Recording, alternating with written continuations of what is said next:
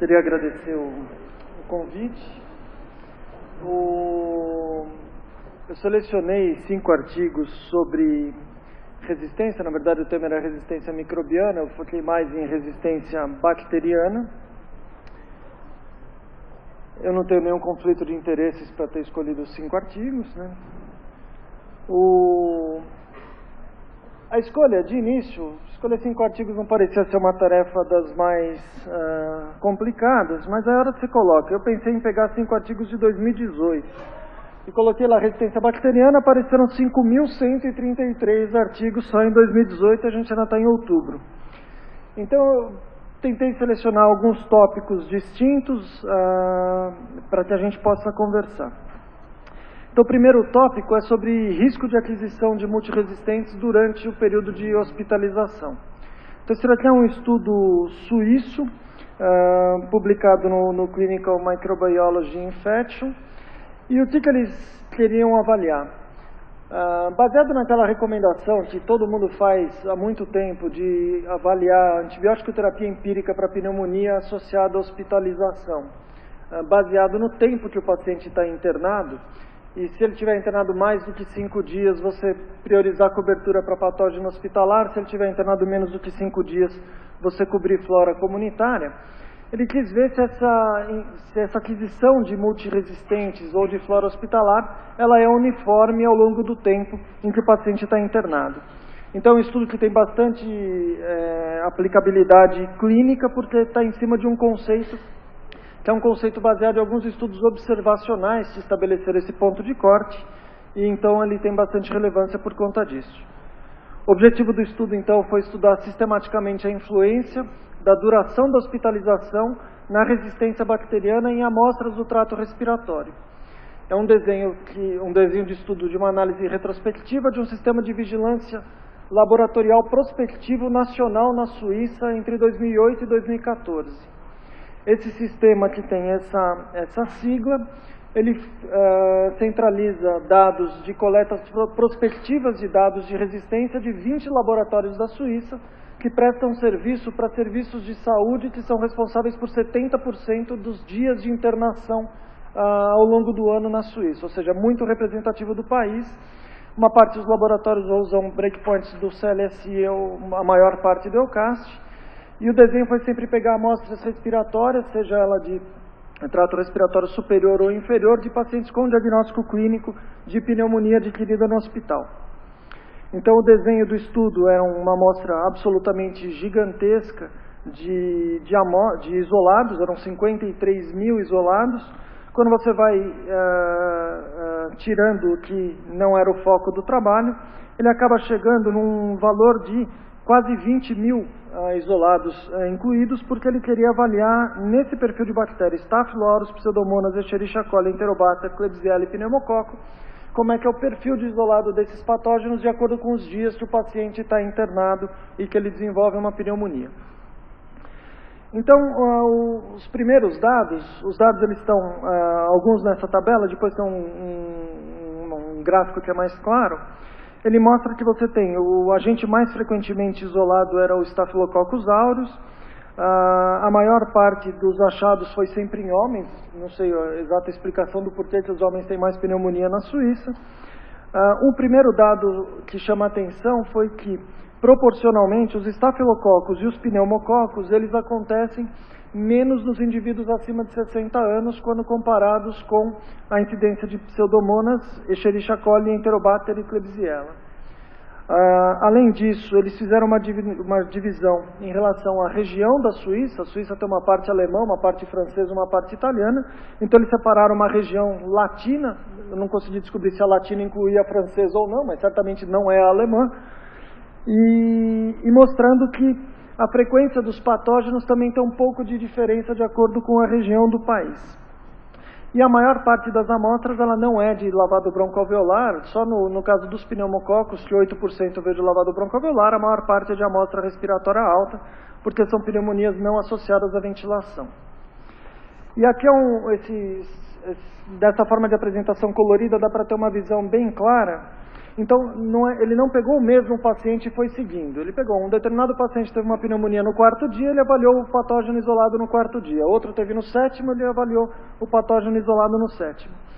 E o que ele vê é que, o que já era sabido, em rosa, a incidência de pneumococo ela é muito mais frequente nos primeiros dias e diminui ao longo dos dias que o paciente está internado. A incidência de estafilococo ela se mantém praticamente estável ao longo do tempo. Chama a atenção que a de pseudomonas, que é uma das discussões de mudança de cobertura empírica de antibiótico terapia, quando o paciente tem mais tempo de internação, ele não notou muita diferença ao longo dos dias, e o que ele notou foi que com o passar dos dias aumenta a frequência de enterobactérias como causa de pneumonia, E. coli, Enterobacter e Klebsiella. Quando ele avalia por perfil de resistência, aqui também é bastante interessante esses dados. As curvas de incremento de frequência de resistência é completamente diferente de patógeno para patógeno e mais do que isso é completamente diferente de antibiótico para antibiótico que ele está avaliando a resistência. Então a gente vai se deter um pouco mais com detalhe em alguns desses gráficos. Essa tabela claramente não é para ninguém enxergar, mas é só para ver o tanto de negrito que tem. Então as várias variáveis que ele coloca, ele encontra aqui. Para um determinado antibiótico, o paciente C da região latina da Suíça é um efeito protetor, para o mesmo patógeno, para um outro antibiótico, isso daí é um fator de risco. Para alguns patógenos, um determinado perfil de resistência está relacionado a mais tempo de internação, outro perfil de resistência não. Então é um complexo, um mosaico de achados que é difícil ter uma interpretação linear.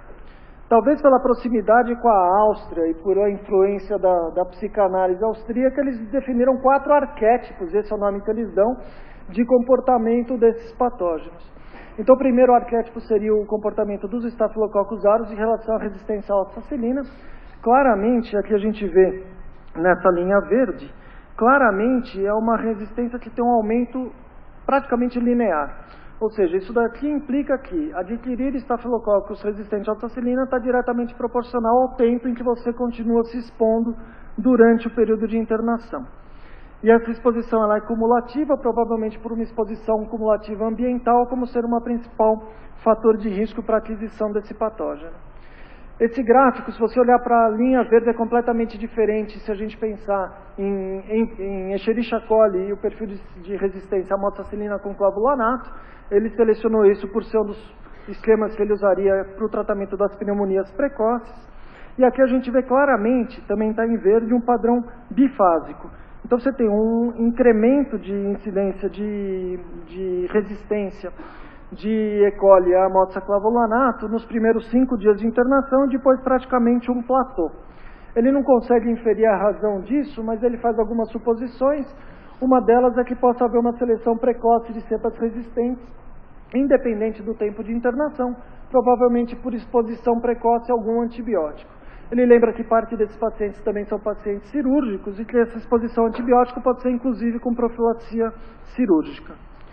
Quando a gente olha agora para o perfil de Enterobacter e resistência a ceftriaxone, o perfil é completamente diferente, inclusive de Escherichia coli. Ou seja, o aumento da incidência de isolamentos de Enterobacter resistentes a céfalos de terceira também tem um padrão bifásico, mas ele é mais tardio. Ou seja, a aquisição do Enterobacter resistente ele acontece por volta do 7º ao 10º dia, e a hipótese colocada é a desrepressão do gene AMP-C por provável exposição a beta-lactâmico durante esse período de 7 a 10 dias de internação mais precoce. E por fim, o último perfil, e a gente vê que a curva é completamente diferente, é justamente a curva da Pseudomonas. A curva da Pseudomonas é uma curva em U ou em J. A maior tem um pico de resistência na entrada, que são aqueles pacientes que já têm um fator de risco para carrearem Pseudomonas resistente vindo de casa. Depois, aqueles que não têm logo no início, tem uma queda do perfil de resistência e depois uma ascensão ao longo do tempo, mas com uma inclinação dessa curva muito menor do que a das enterobactérias. Então, a conclusão do artigo, e por que eu achei ele relevante, é que ele coloca aqui, talvez a exposição precoce a um antibiótico, especialmente um beta-lactâmico, e a colonização prévia antes da internação, de acordo com outros fatores de risco do paciente, tenham maior relevância na avaliação do perfil de cobertura antimicrobiana empírica que vai se tratar uma pneumonia adquirida no hospital, do que propriamente aquele ponto de corte arbitrário em 5 dias para definir isso. Quais são as ressalvas desse trabalho? Primeiro, o baixo uso de fluoroquinolona na Suíça. A Suíça usa pelo menos 3 vezes menos do que a média da Europa de quinolona, por isso que as curvas da quinolona são sempre muito achatadas. A variabilidade geográfica que você já encontra na Suíça não permite que a gente extrapole esse dado dessa forma para nenhum outro local, mas possivelmente os mecanismos envolvidos e essa quebra do paradigma desse período de duração é o dado que precisa ficar desse trabalho. E principalmente então que a aquisição de multiresistente não é um fenômeno dicotômico e linear, que até um determinado período de tempo eu não tenho essa aquisição, e a partir desse período eu mudei completamente a flora. O segundo estudo também é sobre dinâmica de colonização por multiresistentes, e aqui a avaliação do que o sequenciamento genômico completo muda na nossa forma de interpretar situações que no dia a dia a gente enxergaria de outra forma, sem o sequenciamento. Então, é um estudo grande norte-americano em que avaliou o perfil de colonização por multi-Rs em transplantados hepáticos. Então, ele fazia avaliação numa fase bem precoce, pré-transplante, durante todo o acompanhamento ambulatorial, com coleta de cultura das fezes para pesquisa de multiresistentes. Durante o período pós-transplante, ele fazia swab retal e depois ele voltava a coletar cultura das fezes. E o que ele avaliava fundamentalmente eram multiresistentes, enterobactéria resistente a carbapenêmica, enterobactéria resistente a céfalo de terceira e VRE. Primeiro dado interessante, a positividade das fezes foi significativamente maior do que a positividade do swab retal. Segundo dado interessante, 2/3 dos pacientes, em algum momento de todo o segmento, eles foram colonizados por algum desses multiresistentes. E quando ele avaliava a incidência de infecção por esses multiresistentes, então enterobactéria resistente a carbapenêmico, enterobactéria resistente a céfalo de terceira ou VRE, a incidência de infecção por esses patógenos naqueles pacientes em que ele não documentava a colonização foi 0. A incidência naqueles pacientes em que ele documentava a colonização prévia foi de quase 20%, mostrando que a colonização precede o desenvolvimento de infecção. Os fatores de risco relacionados à colonização e infecção foram a gravidade da doença hepática pré-transplante e a duração da permanência no hospital no período do próprio transplante hepático. Quando a gente avalia nessa forma gráfica, fica bastante claro que a colonização, tanto para a enterobactéria resistente a carbapenêmico, ela precede a incidência das infecções, a mesma coisa para as resistentes a céfalos de terceira, a mesma coisa para o VRE e a mesma coisa quando está relacionando todos os multiresistentes agrupados. Chama a atenção que quase todos eles, o grande ponto de colonização não é a fase pré-hospitalar, tem alguns pacientes identificados antes, mas a maior parte, a identificação, ela acontece no momento do pós-transplante imediato. E o imediato parece paradoxal, mas é imediato mesmo, porque o tempo médio que ele identificou para aquisição e para documentação de VRE foi de meio-dia. Foram 12 horas depois do transplante, ele documentava na média a aquisição de VRE em pacientes que ele vinha triando antes e eram negativos. A céfalos de terceira, a resistência a céfalos de terceira, foi mais precoce do que a resistência aos carbapenêmicos, possivelmente relacionado também com o perfil de exposição antimicrobiano que esses pacientes têm durante a internação. Também, não há diferença significativa, mas ele documentou um clareamento bastante importante dessas colonizações em até 60 dias pós-alta. Então, o tempo de clareamento pareceu ser menor para a enterobactéria resistente a carbapenêmico do que para a enterobactéria resistente a céfalo de terceira, mas isso ficou marginal, talvez se a casuística fosse maior, ele encontrasse algum dado significativo. Um dado importante foi a recorrência de colonização depois de 60 dias, que foi maior para a enterobactéria resistente a céfalo de terceira do que para resistente a carbapenêmico. Nas recaídas de colonização por resistente a carbapenêmico, quase todas estão relacionadas a um fator clássico de risco para isso. Nas recaídas por SBLs, não necessariamente isso está presente. Ele também avaliou daí o perfil genotípico dessas bactérias, então fez um MLST, notou que o padrão de Escherichia coli é absolutamente diverso, de Enterobacter é um pouco mais agrupado, e de Klebsiella ele tem praticamente 1/3 que é diverso e o resto tudo do mesmo subtipo. Mas é que vem o dado interessante. Ele fez o sequenciamento genômico completo de 95 cepas de Enterobactéria resistente a carbapenêmicos e 40 resistentes a céfalo de terceira. Ele viu que, nas resistentes a carbapenêmico, a cepa colonizante era exatamente a mesma que ele identificava depois no processo infeccioso. Mas ele viu que 7 de 25 tiveram colonização por múltiplas cepas distintas de Enterobactéria resistente a carbapenêmico. Um paciente tinha 7 cepas distintas de Enterobactéria resistente ao carbapenêmico. E esse tipo de sequenciamento permitiu diferenciar aqueles episódios que ele julgava como recaídas e episódios de novas infecções. Então isso coloca em xeque a postura que a gente tem de agrupar e fazer coorte de pacientes com perfis fenotípicos semelhantes, mas que não necessariamente têm o mesmo perfil genotípico, e também a incapacidade que a gente tem hoje de diferenciar recaída de reinfecção. Rapidamente, um trabalho de tratamento de Enterobactéria resistente a carbapenêmico. Esse trabalho já foi citado na mesa anterior aqui, também no curso ontem, de antibióticos. Então, estudo observacional retrospectivo multicêntrico italiano, de uso compassionado de ceftazidima avibactam para a Klebsiella produtora de KPC. Eles tinham 2 grupos, um grupo de infecções de qualquer sítio e um grupo especificamente de bacteremia. Esse grupo de bacteremia, que eram 104 pacientes, eles foram agrupados e foi feito um pareamento com uma série de pacientes também com bacteremia tratados com outros esquemas que não continham ceftazidima avibactam. A curva de mortalidade foi significativamente menor em qualquer esquema que continha ceftazidima avibactam. A análise multivariada mostrou, além dos fatores de risco clássicos de mortalidade, ventilação mecânica, score de gravidade mais alto, neutropenia e choque séptico no momento da infecção, qualquer esquema que continha ceftazidima avibactam também teve um fator protetor.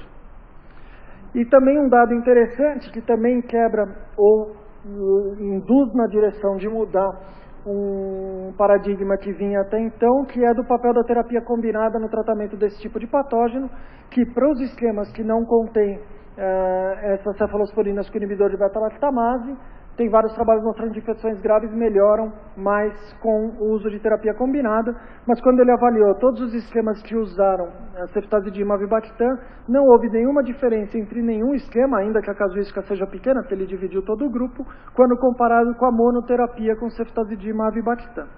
Então é possível que, com a possibilidade de uso dessa droga, a gente consiga fazer monoterapia para esse tipo de patógeno. O quarto estudo, para fugir um pouco do que a gente está falando de resistência bacteriana exclusivamente hospitalar, eu selecionei um artigo que me pareceu bastante interessante de resistência em doenças endêmicas. Na verdade, é uma publicação que ainda vai sair esse ano da Organização Mundial de Saúde sobre resistência em hanseníase. É um primeiro estudo prospectivo conduzido a nível mundial. O Brasil participou com, se eu não estou enganado, com Oswaldo Cruz e com o Lauro de Souza Lima em Bauru. E todo mundo sabe, o Mycobacterium lepre ele tem muita dificuldade de crescimento, a detecção de resistência não é simples. O que esse estudo fez foi vários laboratórios de referência em vários dos países participantes e alguns centros que não são países endêmicos, fazendo diagnóstico molecular de resistência à dapsona, à rifampicina. A clofazimina não tem ainda mecanismo de resistência totalmente estabelecido para fazer essa busca, então também foi testado a ofloxacina. Aqui tá pequeno, mas é só para chamar a atenção que o Brasil foi o segundo país que mais colaborou com casos. O Brasil e a Índia estão muito à frente no número de casos em relação a todo o resto da casuística, dessa casuística da OMS. Então aqui foram 7 anos de inclusão, o Brasil incluiu um total de 353 casos de hanseníase, o número total de cepas resistentes à rifampicina foi de 9,1%, tem uma divisão entre os casos de recaída e os casos novos. No total, os casos de resistência em recaída, ele tende a ser maior do que nos casos novos. No Brasil, o número de casos novos foi pequeno, então talvez tenha um desvio para esse dado ser maior do que o de recaídas. Também tem um desvio de que os centros participantes foram todos centros de referência que pegam esses casos mais complexos e que muitas vezes já passaram por algum tipo de tratamento. Mas além da resistência à rifampicina beirando 10%, isso já dá uma clareza no mapa e nas cores de como isso está se destacando em relação aos outros países em que a hanseníase é endêmica. Se a gente avaliar o mesmo perfil para a dapsona e para a ofloxacina, para a ofloxacina a resistência é muito pouco frequente, mas para a dapsona a gente tem um perfil de resistência de até 13% no total de casos nessa casuística nacional. 20 casos de todos esses 1.000 e poucos do mundo têm resistência à rifampicina e à dapsona simultaneamente, são casos concentrados no Brasil, na Índia e na Indonésia. 4 casos com resistência concomitante à ofloxacina e à dapsona, são casos no Brasil e na Índia, mas nenhum caso com resistência combinada à rifampicina e ofloxacina ou às 3 drogas de forma simultânea. Relevância desse estudo é que é o primeiro relato de dado estruturado de resistência global em hanseníase por um período bastante longo, com detecção molecular. A ressalva do próprio autor é que a detecção molecular pode não necessariamente corresponder a um fenótipo clínico de resistência. Tem pelo menos 2 vieses de seleção bastante significativos. O primeiro é que são casos de serviços de referência, e no início da casuística também entravam pacientes paucibacilares, então os primeiros anos do trabalho a positividade do PCR era bastante baixa, provavelmente por pouca amostra do bacilo. E por último, para ainda ficar dentro do tempo, um artigo que é um artigo bastante curioso e pitoresco sobre transferência horizontal de genes de resistência. A gente sabe que a transferência horizontal de genes de resistência por conjugação bacteriana é um dos principais mecanismos de disseminação desses genes entre bactérias de espécies semelhantes e de gêneros diferentes. Um dos principais fatores que está relacionado com isso são o uso de concentrações de antibióticos abaixo da concentração inibitória mínima, e o uso de dose subótima é um promotor desse tipo de transferência, mas pouco se sabe sobre o efeito de outros fármacos não antibióticos nesse processo. E aí, esse é um estudo que também está ainda para ser publicado, é de um periódico do grupo da Nature, que fala sobre o efeito da carbamazepina em promover transferência horizontal de plasmídio entre bactérias. É um estudo bastante interessante porque ele é pitoresco, na verdade, mas ele é um primeiro relato da promoção de transferência de genes de resistência por conjugação promovida por uma droga desse tipo.